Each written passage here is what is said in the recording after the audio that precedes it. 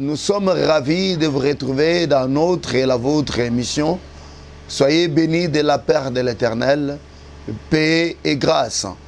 Nous sommes en train de continuer d'exposer sur la compréhension des Écritures et nous étions en train de parler sur les Écritures comme les guides pour comprendre les Écritures. C'est-à-dire quoi?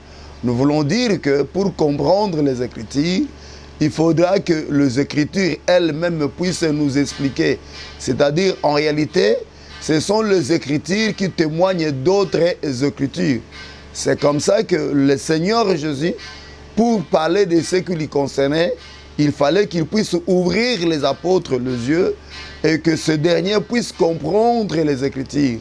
Mais pour comprendre les Écritures, il a fallu que le Seigneur Jésus commence par les Écritures. C'est-à-dire qu'il a pris la loi, les psaumes et les prophètes, et de là, il a parlé aux apôtres de ce qui les concernait. C'est comme ça que nous disions, bien-aimés, il sera difficile de comprendre les Écritures si, bien-aimés, on n'a pas la maîtrise des Écritures, et si on ne se fie pas aux Écritures, et si on ne comprend pas les Écritures. C'est comme ça que ça peut compliquer certaines personnes. C'est comme ça que vous verrez que dans Actes chapitre 8, verset 31, on dit que Philippe, pour faire comprendre à l'eunuque éthiopien, bien-aimé, ce qui concerne le Messie, le Christ, il a commencé par l'écriture d'Ésaïe 53. Et de là, il partira. Je crois, je peux lire ça pour que vous compreniez. Nous prenons Actes des Apôtres, chapitre 8. Je vais prendre le verset 31, excusez-nous. Actes des Apôtres, chapitre 8, nous sommes au verset 31. Il est écrit, et il répondit, comment le pourrais-je si quelqu'un ne me guide? Et il invita Philippe à monter, à s'asseoir avec lui. Le passage de l'écriture qu'il lisait était celui-ci. Il a été mené comme une brebis à la boucherie, et comme un agneau muet, il n'a point ouvert sa bouche. Dans son humiliation, son jugement a été élevé, et sa postérité qui la dépendra, car sa vie a été retranchée de la terre. La Bible dit, l'eunuque dit à Philippe, je te prie, de qui le prophète parle-t-il ainsi? Est-ce de lui-même ou de quelque autre? Maintenant, là où je suis sur verset 35, on dit, alors Philippe ouvrant la bouche et commença par ces passages, lui annonça la bonne nouvelle de Jésus. Vous voyez, pour que Philippe puisse annoncer à l'eunuque éthiopien la bonne nouvelle de Jésus, on dit, il commença par le passage que nous venons de lire si haut. C'est-à-dire, il commença par ce passage qui dit, il a été mené comme une brebis à la boucherie. Vous voyez, c'est comme ça que nous disions, bien aimé, que le véritable guide, parmi les véritables guides pour comprendre les Écritures, il y a aussi les Écritures. Et tout ministre qui viendra vous expliquer les Écritures, parce que les ministres sont aussi des guides, bien aimé, il partira des Écritures. Même le Saint-Esprit qui est aussi guide, comme on l'a vu la fois passée, quand le Saint-Esprit vient nous révéler les Écritures, il nous les révèle aussi à travers les Écritures. Et le Seigneur Jésus-Christ lui-même, comme l'Écriture, quand il était venu, parce que Jésus-Christ était aussi l'ensemble des Écritures qui marchaient, bien aimé, vous verrez que tout ce qu'il faisait, il le faisait selon les Écritures. C'est comme ça que le frère Matthieu, pour me répéter, on dit que Matthieu écrivait toujours, on nous dit que le frère Matthieu plutôt écrivait toujours que Christ fit ceci afin que s'accomplisse telle écriture, afin que s'accomplisse telle écriture.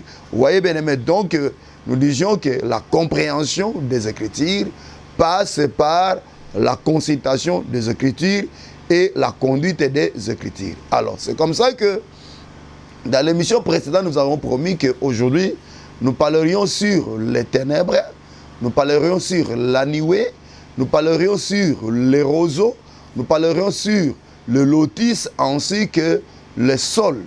Mais avant que, bien aimé, nous touchions ces 5 choses que nous avons citées, bien aimé, nous allons d'abord voir l'hippopotame. Et vous comprendrez pourquoi je suis parti toucher l'hippopotame au cours de l'émission, si on aura le temps, même dans l'émission qui va suivre, vous comprenez pourquoi je vais toucher l'hippopotame. Oui, parce que l'hippopotame était caché sous le lotus. L'hippopotame était au milieu des roseaux. L'hippopotame était entre le sol. Et bien aimé, par là, vous allez comprendre, j'ai commencé déjà à me faire expliquer, vous comprenez pourquoi je préfère d'abord toucher l'hippopotame avant que nous voyions les choses précitées. Nous sommes dans Job, chapitre 40. Je prends le verset 10. Il est écrit, pour ceux-là qui ont des Bibles à papier, hein, parce que dans les Bibles Android, je crois que ça doit être le verset 14, il est écrit, « Voici l'hippopotame à qui j'ai donné la vie comme à toi. Il mange de l'herbe comme le bœuf. » Ici d'abord, le Seigneur est tenté de nous présenter l'hippopotame. Il dit que l'hippopotame, Dieu lui a donné la vie comme à l'homme. Ici, nous voyons Dieu faire le parallélisme entre l'hippopotame et l'homme. Et bien aimé, dans un autre langage, cet hippopotame, c'est aussi un homme. Et si je peux aller encore très loin, Dieu en faisant l'hippopotame avec Job, vous comprenez avec moi que cet hippopotame, c'était aussi Job. Job était aussi l'hippopotame. Et vous comprenez pourquoi je dis ça, parce que je ne vais pas anticiper, allons-y seulement. On dit, il mange de l'herbe comme de bœuf. Vous verrez que cet hippopotame, pas seulement que c'était aussi un homme, mais Dieu fait encore le parallélisme entre l'hippopotame et le bœuf. Dans un autre langage, cet hippopotame, c'était un homme, mais cet hippopotame, c'était aussi un bœuf. Et si je peux me permettre, cet hippopotame, c'était aussi Job. Mais c'est dans la suite de notre exposé que vous comprendrez que nous avons raison. Alors, nous descendons au verset 14. Écoutez ce que le Seigneur dit. Il dit, « Il est la première des œuvres de Dieu, celui qui l'a fait l'a pourvu d'un glaive. » On nous fait voir que cet hippopotame, c'est la première des œuvres de Dieu. Mais Dieu, en le faisant, il a pourvu d'un glaive, je crois. Et puis, au verset 15, on dit, « Il trouve sa pâture dans les montagnes où se jouent toutes les bêtes de la terre. » Donc, cet hippopotame, on nous dit que c'est la première, je suis en train de faire d'abord de donner le squelette de ce que nous allons parler. On dit ici, cet hippopotame est la première des œuvres de Dieu. Mais pas seulement qu'il est la première des œuvres de Dieu, Dieu l'a pourvu d'un glaive. Mais cet hippopotame habite dans l'eau, mais il a sa pâture sur les montagnes. Si nous prenons le verset 15 ainsi que le verset 16, on dit, il trouve sa pâture dans les montagnes où se jouent toutes les bêtes des champs. C'est-à-dire que cet hippopotame mange sur la montagne. Mais sa demeure, c'est dans les eaux. Il se couche sous les lotus, au milieu des roseaux et des marécages. Les lotus le couvrent de leur ombre. Les sols du torrent l'environnent. Vous voyez? Et puis si vous allez au verset 18, ainsi qu'au verset, jusqu'au verset 10, on dit que le fleuve vienne à déborder, il ne s'enfuit pas. Que le Jourdain se précipite dans sa gueule, il reste calme. C'est-à-dire, cet hippopotame, c'est un animal aquatique. Je crois, là, nous avons présenté le dessin de cet hippopotame. Maintenant, il faudra que nous interprétions ces dessins. Là, c'était juste le dessin, le squelette, mais il faudra maintenant que nous puissions l'interpréter. Parce que le ministère, son rôle, ce n'est pas seulement de présenter le dessin, ce n'est pas seulement de présenter les plans ou alors les squelettes, mais le ministère est appelé aussi à interpréter. Sinon, le ministère ne servira à rien. C'est comme un architecte. Si un architecte prenait son plan de bâtiment ou de construction et qui donnait à un profane, le profane ne comprendra rien. Il verra seulement qu'il y a des lignes, des carrés, des carreaux. Il ne comprendra rien. Il faudra qu'il y ait quelqu'un qui doit commencer à lui expliquer que telle ligne qui va vers telle ligne, tel point qui va vers tel point, ça veut dire ceci ou ça signifie ça. C'est ça aussi le rôle du ministère. Alors, pourquoi nous avons touché l'hippopotame? Nous avons dit qu'au cours de l'émission, vous comprendrez, parce que l'hippopotame nous servira à comprendre les ténèbres, à comprendre les roseaux, les sols, ainsi que le lotus et la niouée. Et ici, bien aimé, on nous dit que l'hippopotame est la première des œuvres de Dieu. L'Éternel dit que l'hippopotame est la première de ses œuvres. Or, si vous retournez dans Genèse, chapitre 1er, vous verrez que dans les créations visibles, l'hippopotame a été créé le 5e jour. Parce qu'on nous dit que c'est un animal aquatique. Or, c'est le 5e jour que l'Éternel a créé les animaux aquatiques. Je crois, je peux vous le lire. Nous prenons Genèse, chapitre 1er. Nous allons lire au nom du Seigneur Jésus. Nous sommes au verset 20. Il est écrit, Dieu dit que les eaux produisent en abondance des animaux vivants et que des oiseaux volent sur la terre vers l'étendue du ciel. Dieu créa les grands poissons et tous les animaux vivants qui se meuvent et que les eaux produisirent en abondance selon leur espèce. Il créa aussi tout oiseau ailé selon son espèce et Dieu vit que cela était bon. Dieu le bénit en disant, soyez féconds, multipliez et remplissez les eaux de mer et que les eaux multiplient les oiseaux multiplient sur la terre. Il y a un soir et un matin, ce fut le 5e jour. Nous fait voir ici que le 5e jour, Dieu avait créé les oiseaux, mais aussi les eaux avaient produit en abondance des animaux vivants, ainsi que des oiseaux, on dit que les eaux avaient produit en abondance des animaux vivants. Et puis quand vous prenez le verset 21, on dit, Dieu créa les grands poissons et tous les animaux vivants qui se meuvent. Donc, le 5e jour, Dieu avait créé dans les eaux, pas seulement le poisson, mais il avait créé aussi des animaux vivants dans les eaux. Et parmi ces animaux-là, il y a l'hippopotame. Parce que ce n'est pas moi qui le dis, c'est le frère Job. Au verset 41, c'est l'Éternel lui-même qui nous démontre que l'hippopotame habite dans les Jourdains. C'est-à-dire que lui, c'est un habitant des eaux. Et or, les habitants des eaux, c'est-à-dire que les animaux des eaux, Dieu les a créés le 5e jour. Mais le Seigneur dit que l'hippopotame est la première de ses œuvres. Dans un autre langage, nous dirons que le 5e jour, c'est aussi le premier. Ou alors, le chiffre 1 ainsi que le chiffre 5, c'est la même chose. Or, quand nous voyons le chiffre 5, par le chiffre 5, nous voyons la grâce. Parce que dans le chiffre 5, nous voyons les 5 dons ministériels. Or, les 5 dons ministériels sont aussi la représentation de la grâce. C'est comme ça qu'il est écrit à chacun. La grâce a été donnée selon la mesure des dons de Christ. Là, je suis dans Ephésiens chapitre 4. Quand vous commencez au verset 8, vous descendez. Donc, vous voyez bien aimé qu'en voyant le chiffre 5, nous voyons la grâce. Maintenant, quand vous voyez aussi le chiffre 1, le chiffre 1 aussi, ça part de la grâce. Il est écrit, l'Esprit du Seigneur est sur moi, et l'Éternel m'a oint pour proclamer une année de grâce. Quand vous voyez le chiffre 1, nous voyons aussi la grâce. Or, le ministère de la parole, a été donné pour éclairer. Parce que vous comprendrez que dans le lieu saint, il y avait au côté méridional le chandelier. Et le chandelier était subdivisé en 5 parties. Mais au-dessus du chandelier, il y avait les 7 lampes qui avaient pour rôle d'éclairer la table de pain de proposition qui était du côté septentrional.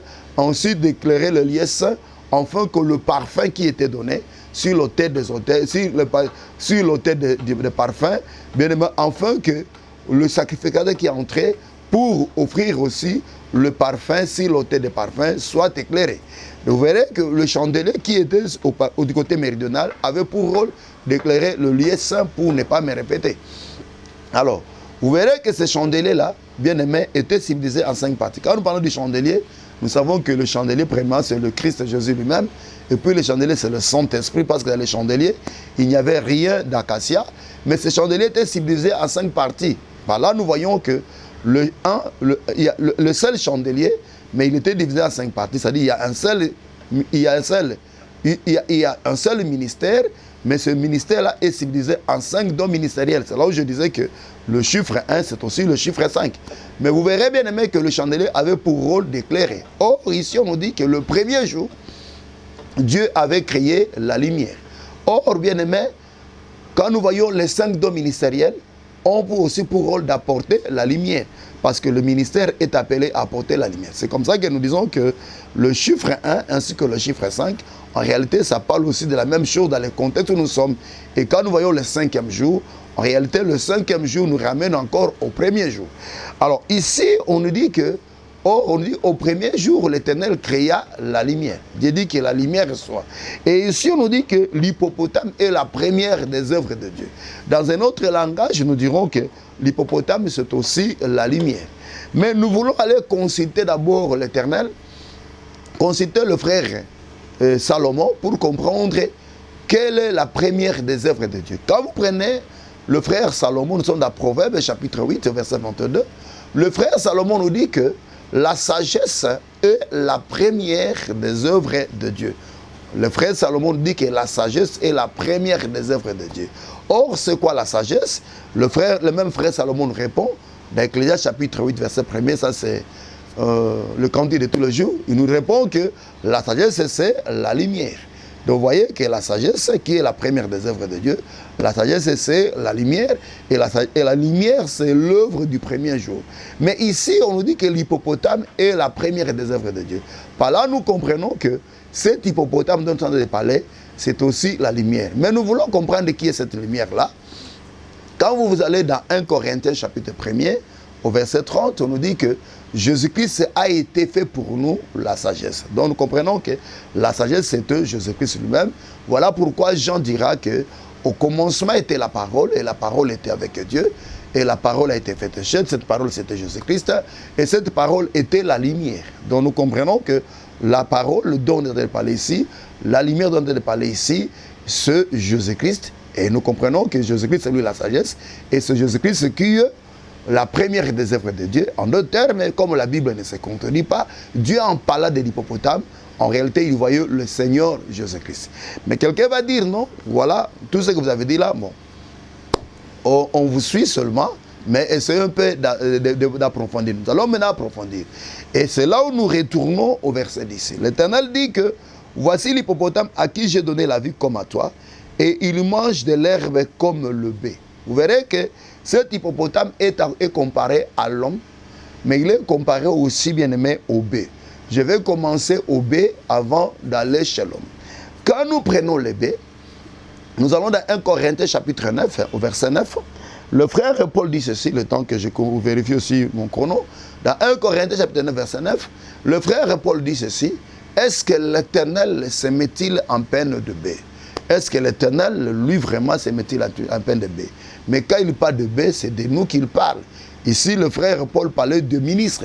Il disait que quand l'Éternel parle de bé, en réalité, l'Éternel parlait du ministère. C'est comme ça qu'il est écrit que c'est à la vigueur de bé que la crèche a de l'abondance. C'est-à-dire que ici, quand nous voyons le bé, nous voyons le ministère. Donc, quand l'Éternel parlait du bé, il parlait du ministère. Maintenant, en comparant l'hippopotame avec le bœuf, directement nous comprenons que le bœuf ici c'est le ministère. Or le ministère, c'est l'homme Jésus. C'est lui le véritable ministre. C'est lui notre apôtre, c'est lui notre évangéliste, c'est lui notre pasteur, c'est lui notre prophète, ainsi que notre docteur. Ce n'est pas moi qui l'ai dit, ce sont les Écritures. Voilà pourquoi il est écrit dans Éphésiens chapitre 4, au verset 11, on dit: il a donné les uns comme apôtres, comme prophète, comme docteur, pasteur, évangéliste, parce que le véritable c'est lui-même Jésus-Christ. Donc cet hippopotame qu'on compare à un bœuf, c'était aussi un bœuf. Le bœuf dont on parle ici, c'est le ministère. Et ce ministère-là, c'est Jésus-Christ lui-même. Parce que c'est Jésus-Christ qui lit les Écritures dans les assemblées, et nous ne faisons que l'écouter. En réalité, le ministre qui vous parle, c'est Jésus-Christ qui parle en lui. Donc ici, nous voyons d'abord que cet hippopotame, c'est un bœuf. Mais Dieu dit à Job, il dit: à qui j'ai donné la vie comme à toi Job. Or, quand vous prenez Job chapitre 29, là vous verrez Job est en train de parler sur sa première gloire. Or, quand vous prenez Job chapitre 29, excusez-moi, là nous voyons Job est en train de nous relater sur son ancienne prospérité et sur ses souffrances ainsi que son innocence. Quand vous prenez Job chapitre 29, Job expose sur son ancienne prospérité, ses souffrances, ainsi que son innocence. Or, le Job qui parlait là, tout ce que Job relatait, il parlait par rapport à la première venue de Jésus. Ce que Job écrit dans Job 29, tout ce que Job disait là, Job était en train de prophétiser. C'est-à-dire, Job était en train de parler sur la première venue de Jésus-Christ. En d'autres termes, Dieu s'est servi de Job pour parler de lui. En réalité, Job était l'image même, était l'ombre de Christ. Or, Christ ici, c'est lui l'hippopotame. Donc, quand Job parle dans Job 29, quand il parle ici de son ancienne prospérité, en réalité, Job, si je peux me répéter, je me répète, Job en réalité était en train de nous relater sur la première venue de Christ et ce que Christ devait souffrir et sur son innocence. Parce qu'en réalité, n'oubliez pas que Jésus-Christ était l'agneau d'une année et il était un agneau d'un an sans tache, parce que pour que le peuple puisse quitter l'Égypte, l'agneau devait être arrêté le 10e jour, l'agneau devait être observé pendant 4 jours, et le 14e jour, l'agneau devait être offert ou immolé, et alors pendant les 4 jours, on devait vérifier l'innocence de l'agneau. Et c'est ça que Job nous relate ici. Donc vous voyez que Job, c'était l'image de Christ et Jésus. Alors, quand vous retournez dans Job 40, là où l'Éternel en a de comparer l'hippopotame à Job, en réalité, l'Éternel disait à Job que toi, tu es l'hippopotame. Et ce Job dont nous parlons ici, c'est Christ et Jésus. Et puis, bien aimé, donc vous voyez ici, on nous fait voir, on compare l'hippopotame à Obé pour dire en réalité, l'hippopotame, c'était le ministère qui est Jésus, mais on compare l'hippopotame à Job. Ici, nous voyons encore l'hippopotame comme Emmanuel, Dieu qui habitait au milieu des hommes. Et puis, on le compare aussi à l'homme. Donc, quand qu'on parlait de Job, Job c'était aussi un homme. Et bien aimé, c'est-à-dire cet hippopotame, c'était aussi l'homme. Or, en voyant l'homme, nous voyons le fils de l'homme, le prophète. Et Jésus-Christ, en venant, il est venu comme le fils de l'homme. Il est venu comme les prophètes. Oui, pour que Dieu puisse sauver l'homme, il a plu à Dieu de prendre la chair humaine et Dieu de marcher au milieu des hommes afin de les sauver. Mais je vais préciser, même lorsque Dieu avait pris la chair humaine, Dieu était resté Dieu. Voilà pourquoi Thomas, en le voyant, Thomas dit, en le voyant, il a dit, mon Seigneur et mon Dieu. Celui qui voyait en face de lui avait la forme humaine, mais au moins Thomas le voyait comme son Dieu. Donc le Dieu de cieux vous bénisse. Donc je crois que vous avez compris, en parlant de l'hippopotame ici comme la première des œuvres de Dieu, en réalité nous parlons de Jésus-Christ. C'est comme ça que, bien aimé, quand vous prenez le livre de Michée, je crois, je vais me retrouver, quand vous prenez Michée chapitre 4, que le Dieu de cieux nous bénisse, que Dieu me fasse grâce que je puisse trouver cette écriture-là. Quand vous prenez Michée chapitre 4, qu'est-ce que le frère Michée est en train de nous dire? Je prends Michée chapitre 4, je prends le verset que dit la parole. Bon, c'est pas grave, on va continuer. L'Éternel est entré, c'est la même prophétie que Michée répète, et la même prophétie que Ésaïe aussi répète. Ésaïe est en train de dire que de toi, Jérusalem, oui, c'est Michée chapitre 5. Michée chapitre 5, je prends le verset premier. On dit, et toi, Bethléem Ephrata, petite entre le milieu de Juda, de toi sortira pour moi celui qui dominera sur Israël, et dont l'origine remonte aux temps anciens, au jour de l'éternité. Vous voyez, ici, bien aimé, le frère, l'Éternel est entré, l'Éternel est en train de parler par le frère Michée, il dit que de toi, Bethléem Ephrata, sortira celui qui dominera sur Israël, dont l'origine remonte aux temps anciens, au jour de l'éternité. C'est-à-dire que dans l'éternité, il y avait aussi le jour de l'éternité. Ça, c'est tellement important, il faut préciser ça. Maintenant, on dit que de toi sortira celui dont l'origine remonte au temps ancien, au jour de l'éternité. Mais c'est quoi cette origine-là? C'est comme ça que quand vous prenez Proverbe 8, le verset que nous avons cité sans lire, on dit que Proverbe chapitre 8, nous allons prendre le verset 22. Toutes ces choses, on les a déjà dites dans nos émissions. Proverbe chapitre 8, verset 22, on dit ceci, on dit, l'Éternel m'a créé la première de ses œuvres, avant ses œuvres les plus anciennes. J'étais établi depuis l'éternité, dès le commencement, avant l'origine de la terre. Vous voyez, ici, le frère Salomon parlait de la sagesse, qui est Christ et Jésus, que la première des œuvres de Dieu, et c'est ça l'hippopotame. Donc, par là, nous avons voulu d'abord vous démontrer que l'hippopotame, en réalité, c'est Jésus-Christ. Maintenant, nous continuons. Quand nous allons au verset 14, nous étions au livre de Job, hein? Job chapitre 40. Maintenant, nous allons descendre au verset 14. Que nous dit la parole? Ici, on dit, j'ai ma Bible à papier, ça dépend de numérotation de quelle Bible vous utilisez. Ceux qui ont des Bibles d'Android, ils comprendront que la numérotation n'est pas la même. Nous prenons le verset 14, on dit, il est la première des œuvres de Dieu, celui qui l'a pourvu d'un glaive. C'est pas grave, mais quand nous retournons, nous allons d'abord au verset 16, on dit, il se couche sous les lotus, au milieu des roseaux et des marécages. On dit que cet hippopotame, il se couche sous les lotus, c'est-à-dire, c'est sous les lotus qui se cache. Je crois que vous commencez à comprendre pourquoi on a commencé par hippopotame, parce que nous allons expliquer les ténèbres, les lotus, nous allons expliquer les roseaux ainsi que les sols, si Dieu nous fera grâce. Je ne sais pas si on a le temps, oui, il nous reste quelque chose comme 19 minutes.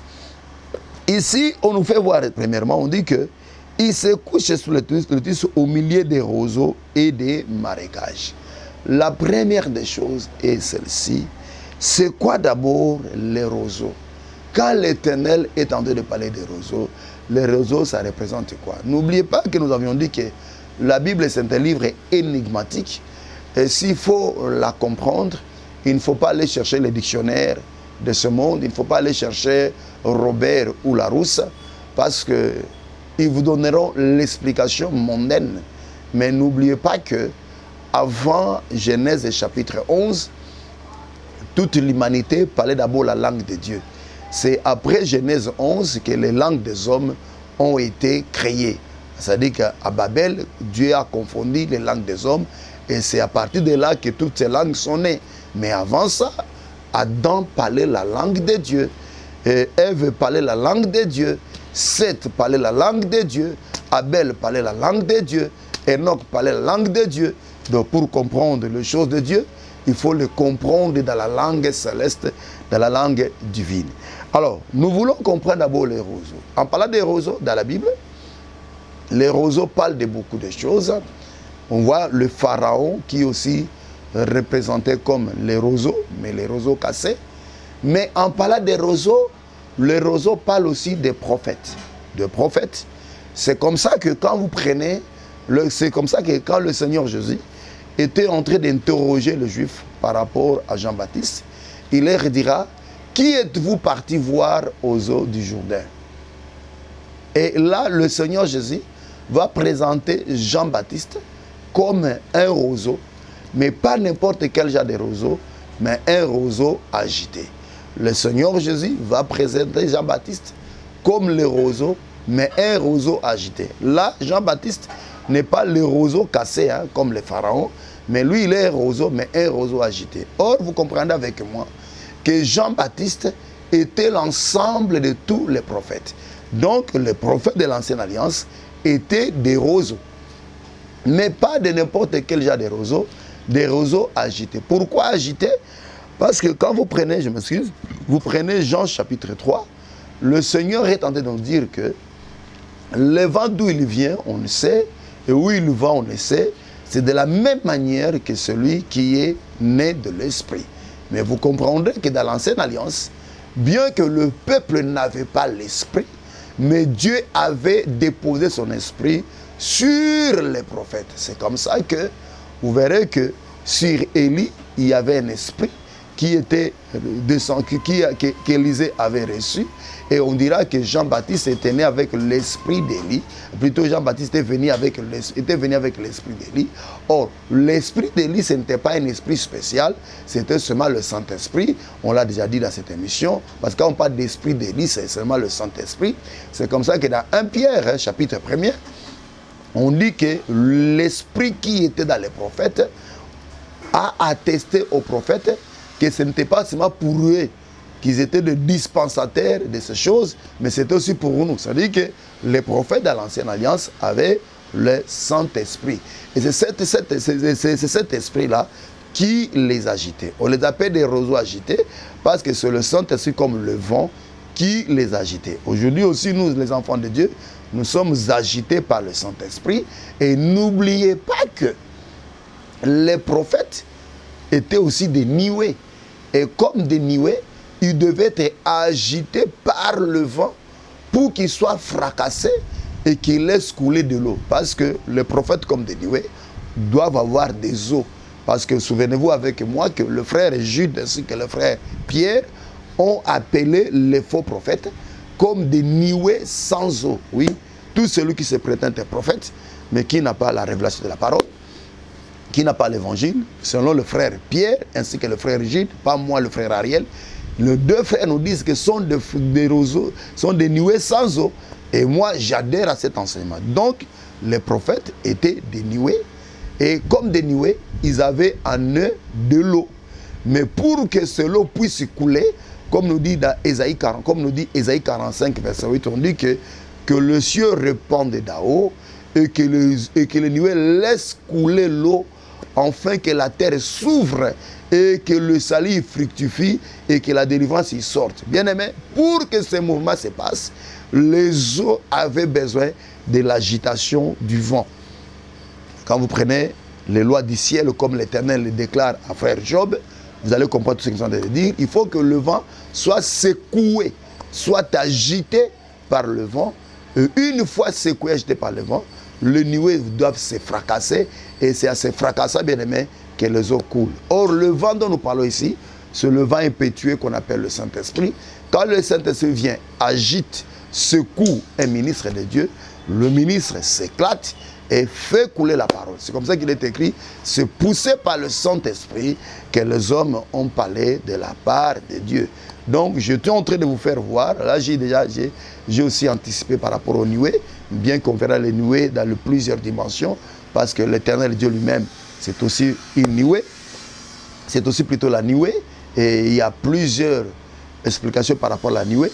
Mais ici, nous voyons bien aimé que les prophètes de l'Ancienne Alliance, c'était aussi des roseaux, mais pas n'importe quel genre des roseaux agités. Maintenant, on nous dit ceci, on dit que l'hippopotame, on dit, il se couche au milieu des roseaux et des marécages. Moi, je suis au niveau des roseaux. On dit, il se couche au milieu des roseaux. Au milieu des roseaux. C'est là où l'hippopotame se couchait, au milieu des roseaux. Donc, bien aimé, en d'autres termes, l'hippopotame, c'était l'Emmanuel. C'était Dieu au milieu de son peuple. Mais l'hippopotame, c'était aussi l'homme du milieu. C'était l'arbre du milieu. Et ceci nous ramène directement dans le jardin d'Éden. Vous verrez que dans le jardin d'Éden, Dieu avait planté plusieurs arbres. Et ces arbres-là servaient de nourriture à Adam. Mais on nous dit, au milieu du jardin, Dieu y planta l'arbre de vie, ainsi que l'arbre de la connaissance du bien et du mal. C'est bien, je veux bien préciser, parce qu'il y a certaines personnes qui veulent ignorer que l'arbre de la connaissance du bien et du mal était au milieu du jardin. Vous voyez qu'au milieu du jardin, il y avait l'arbre de vie. Mais tout autour, il y avait d'autres arbres. Et dans ce langage, dans ce contexte ici, nous comprenons que ces arbres qui étaient dans le jardin, c'était aussi l'image des prophètes. C'était aussi l'image des prophètes. Mais au milieu du jardin, il y avait bien aimé l'arbre de vie.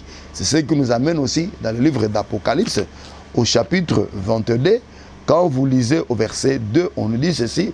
Au milieu de la place, et sur les deux bords du fleuve, il y avait un arbre de vie, produisant 12 fois de fruits, rendant son fruit chaque mois, et dont le feuillage servait à la guérison des nations. Vous voyez?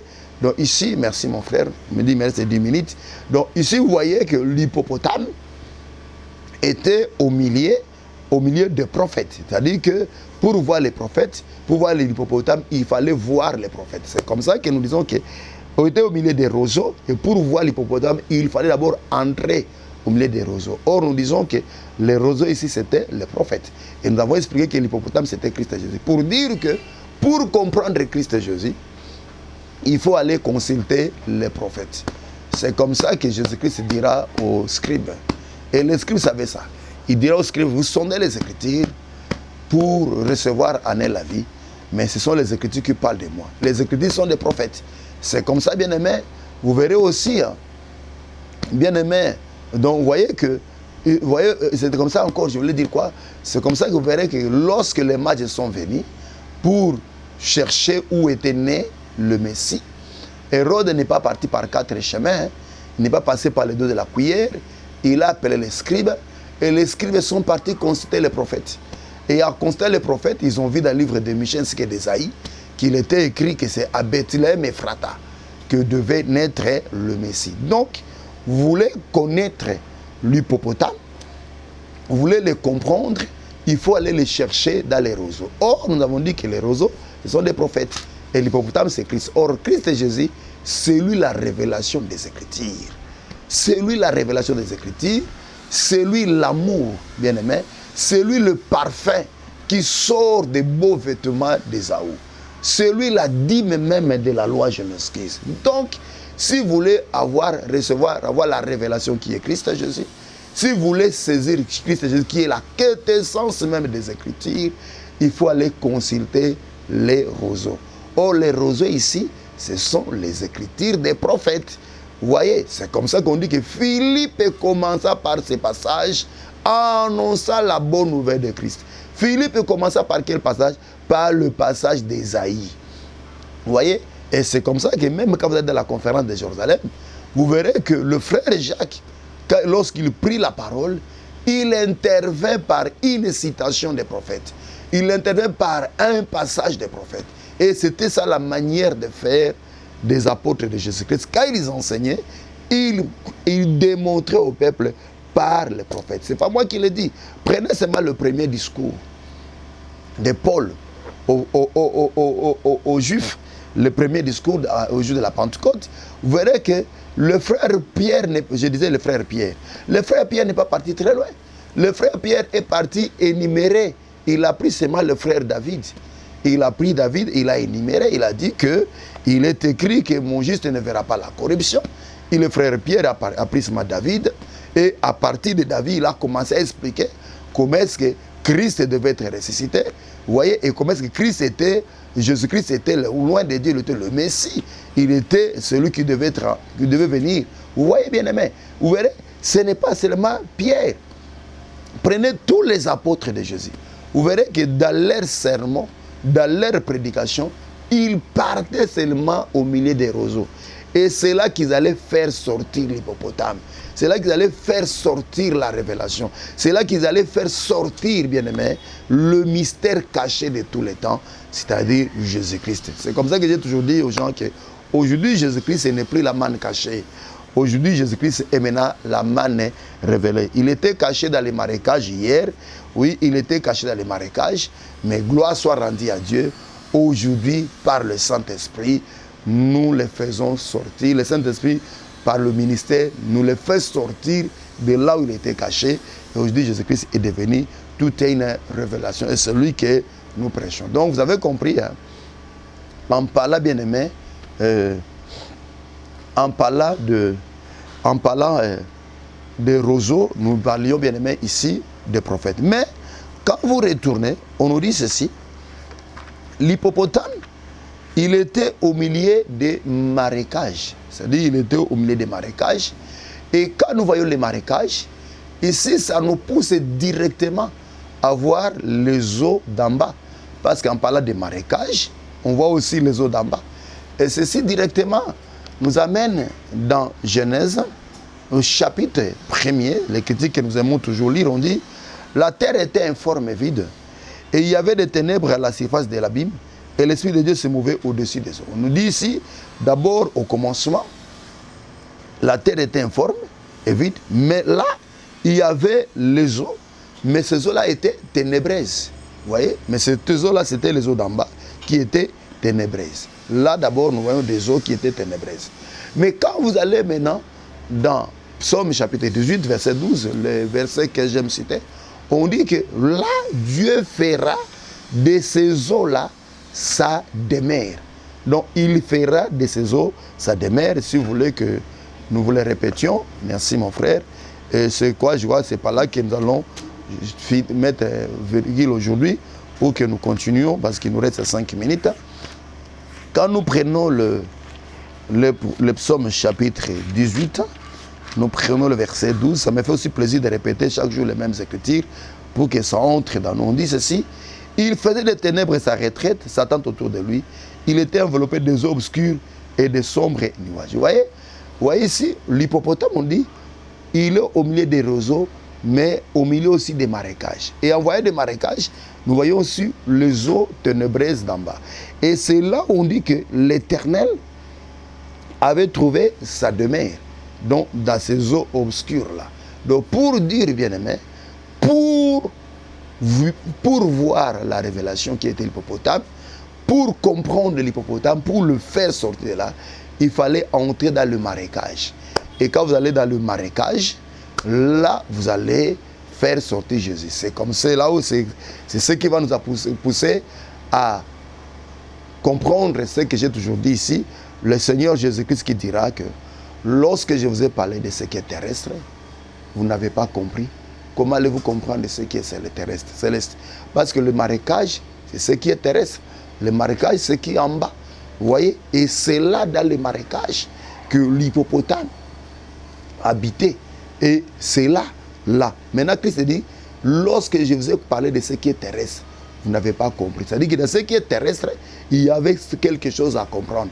Et ce qu'on devait comprendre, c'était quoi? C'était l'hippopotame qui était au milieu.